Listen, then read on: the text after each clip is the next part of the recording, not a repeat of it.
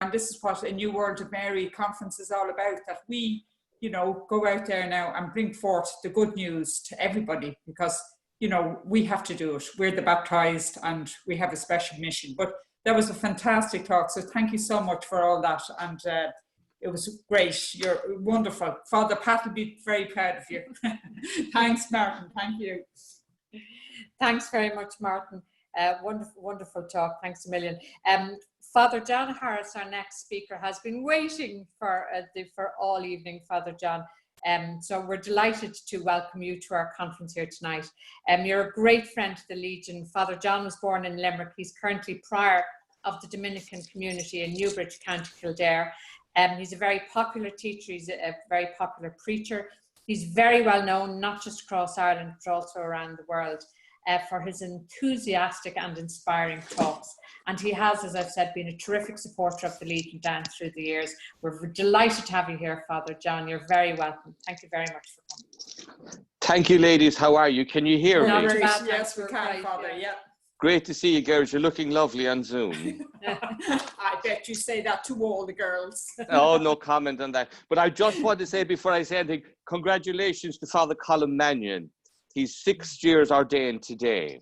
Oh, well done. So congratulations, Colin and Father Luke. Great people.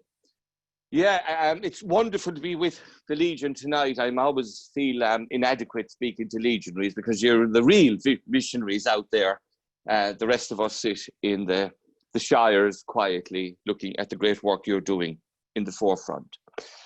But tonight, brothers and sisters, I just want to speak to you about the importance of believing in Mary as our mother of supernatural grace.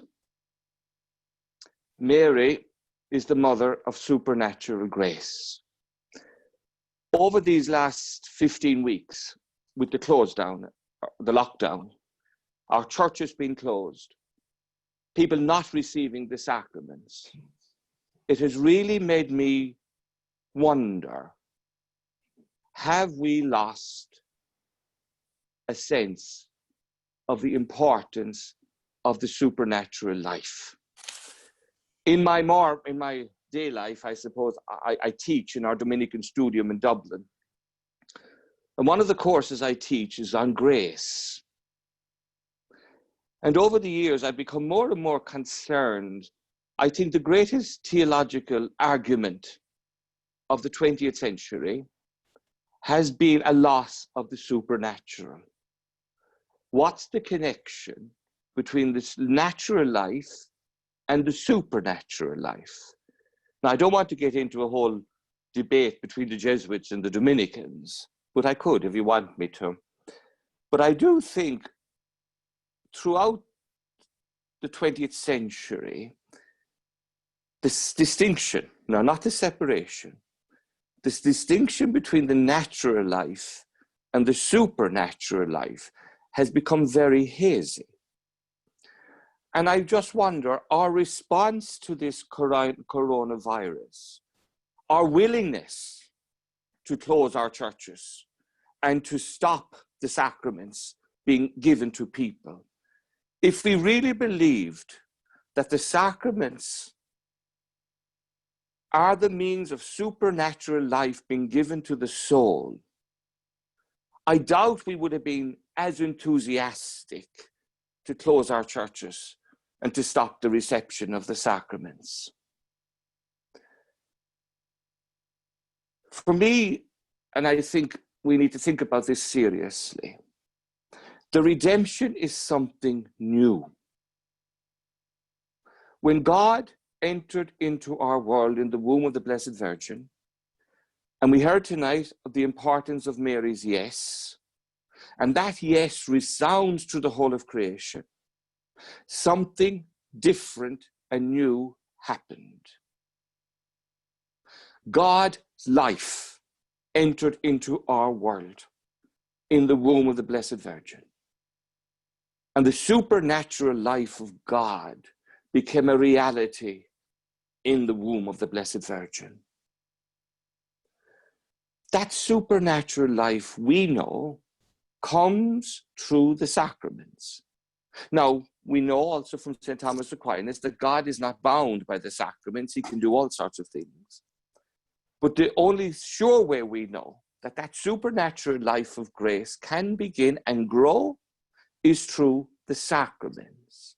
And the Catholic Church's main job is to be the sacrament of salvation and redemption, and to make available to the world the sacraments. And my reading of Frank Duff and his inspiration for the Legion 100 years ago was that he wanted you, the laity, to go forth as cooperators with us clergy to bring people back to the sacraments. Not just back to a sort of a nice, happy get-together friendship, but to bring us back to the sacraments, to receive the sacraments, to receive the sacramental, the supernatural life of grace. And I think if we really saw the distinction, not the separation, between the sacrament, the natural and supernatural, I think what we talked about earlier, where's the zeal gone? I think for a lot of people, we wonder, so what happens? Who cares if the child is baptized or not? Who cares if I go to Holy Communion or not? Who cares if I go to Mass or not? What difference does it make if my marriage is blessed as a sacrament or not? What difference does it make if I receive Mass when my soul is, when I'm dead, and the holy sacrifice of the Mass is offered for my redemption? What difference does it make? And I worry sometimes that a lot of people can't answer that question. It's the supernatural life. God has called us into a new way of being through baptism. Faith, yes, we heard earlier on, faith grows through hearing, St. Paul says. But we receive faith because we are baptized. And in baptism, we receive the supernatural life of the theological virtues of faith, hope, and charity. It's something given to us that's not natural. It doesn't grow within us naturally. It has to be given to us by God himself. Because what we're talking about is the life of God, not my life. Now, my natural life itself is a gift given to me by God. But supernatural life is given to us directly and assuredly through baptism. I can say tonight that I believe in God, that I believe in Jesus Christ is the Savior of the world. Not because John Harris came to this great illumination by himself, but because the life of grace has been put into my soul. God in me gives me that freedom to say, I believe. It's not John Harris. It's God's gift in John Harris. That supernatural life. And I really think we need to rediscover that word in our theology and in our spirituality, the supernatural life of grace. And we need to see Mary as the mother of the supernatural life. Now, earlier on tonight, we were talking about the handbook. And just to prove, I have my handbook here. But a book I absolutely go back to time and time again, which I think is a complete jewel of Frank Duff's writing, is this little book, The De Montfort Way. To me, the De Montfort Way opened up to me the spirituality of the Legion, because it opens up the spirituality of de Montfort, who was a third order Dominican, by the way. So I'd like to read a little bit from here, from this, the De Montfort Way, page 22 and the following. He talks about Mary and her role in the church, and the church as the mystical body. But then Frank Duff says, if we seek to supplement that image by another, which will help us to appreciate the intimacy of the relations of Mary and her children, we have an expressive, though still inadequate one, in the life of the unborn babe.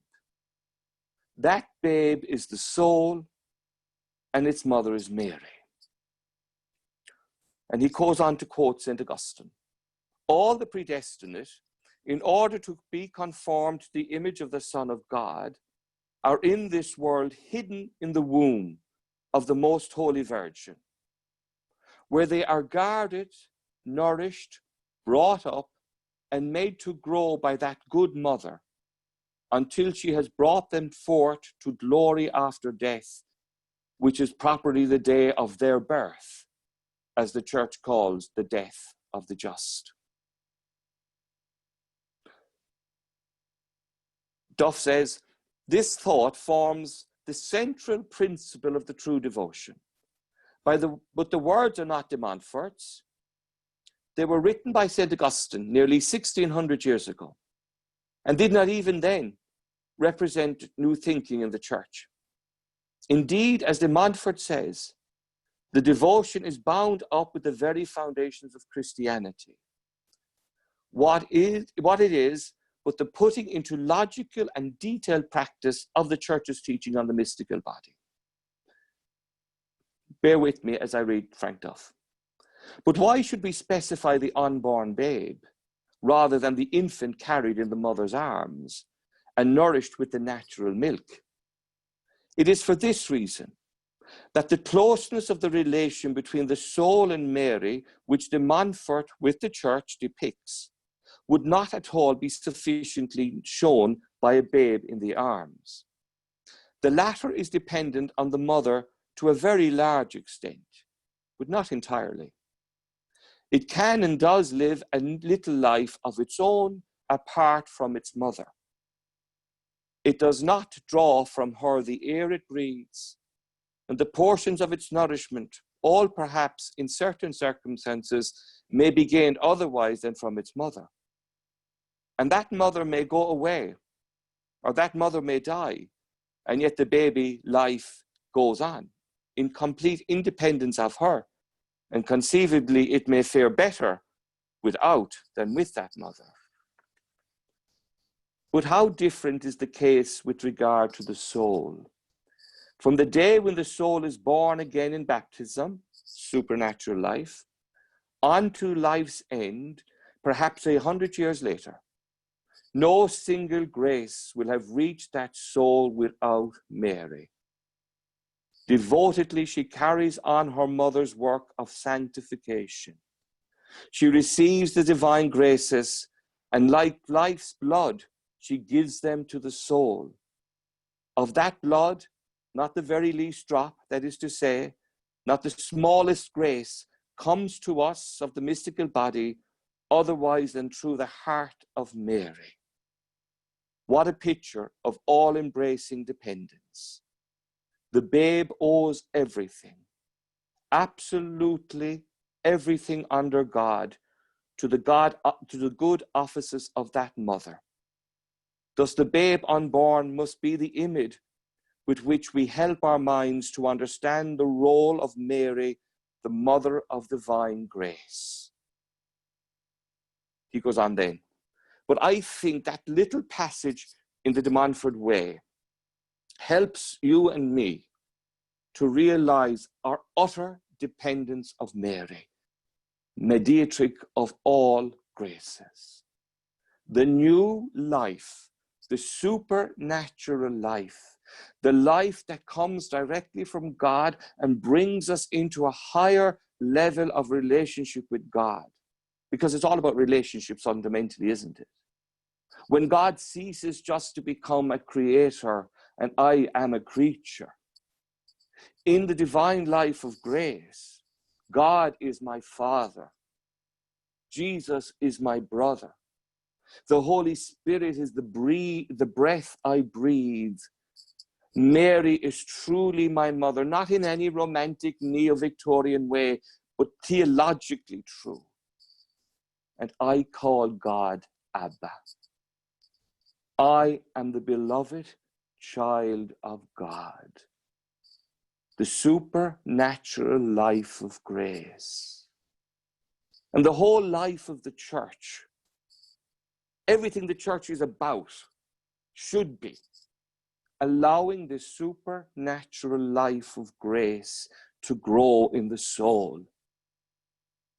We had much discussions, what shops, what services were essential during the lockdown.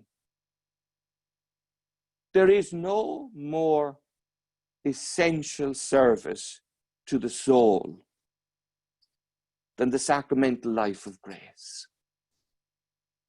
To be denied the Blessed Eucharist for 15 weeks, for babies to be denied baptism, gets me to question, do we really believe in the distinction between the natural life and the supernatural life? And I love this image of Mary and us in the womb that Duff talks about and brings us from the Montfort and St. Augustine. It makes us remember our utter dependence on Mary. Not simply our utter dependence on Mary's yes at the moment of the Annunciation, but as Father told us earlier on this evening, the yes is a continuous yes of Mary. And what Emmanuel depicted to us so beautifully tonight when he was talking about the mothers in the school. You don't stop being a mother, ever. You always worry about your children. You always care for them. The mother never stops not sleeping, worrying about her children. For us who believe in Mary as the mediatrix of all graces, this is even a much more profound reality. The very supernatural life of grace, that you and I tonight can be here together and say that God is our Father, and that you and I are trying to grow in what does it mean to be the beloved child of God? All of that is radically dependent on Mary as our mother. And so, brothers and sisters, if we talk about zeal and the mission of the Legion, I think if we really believed in the supernatural life of grace, and it just doesn't happen naturally, the natural life of each of us and the supernatural life of each of us, there is a distinction there. We need confession. We need forgiveness. Not ethereally out there, but through the sacraments of the church. We need the healing and being built up through the sacraments of the church. Because really, without the sacraments, the church doesn't exist, really. And so I would say to all of you legionaries, people's immortal souls depend on the work you do. You knock at that door. We see tonight how Veronica received that medal, the miraculous medal, and how her life has changed, and the supernatural life of grace begun, because that legionary, that young girl, handed her that medal, and something new was born. Something new that is being born in the womb of the church, as Mary continues to be the mother of all graces and leads us into the heart of Jesus. And so, legionaries, I would have to say tonight, we talk about this new, there is a new world. But the new world is the supernatural life of grace. That's what the church should be interested in. That's what you as legionaries should be interested in. When you go out into the street, knock at that door. And I would say one of the great gifts for being a member of the Legion of Mary is that you grow in grace. You grow in your knowledge and love of God through Mary. To Jesus through Mary is not just a nice motto. It's the way God the Father chose it to be. How God the Father chose us to receive the divine life of grace. Heaven. Your work as legionaries is about getting people to heaven, to live in the interior life of God's grace. So, brothers and sisters, thank you for tonight.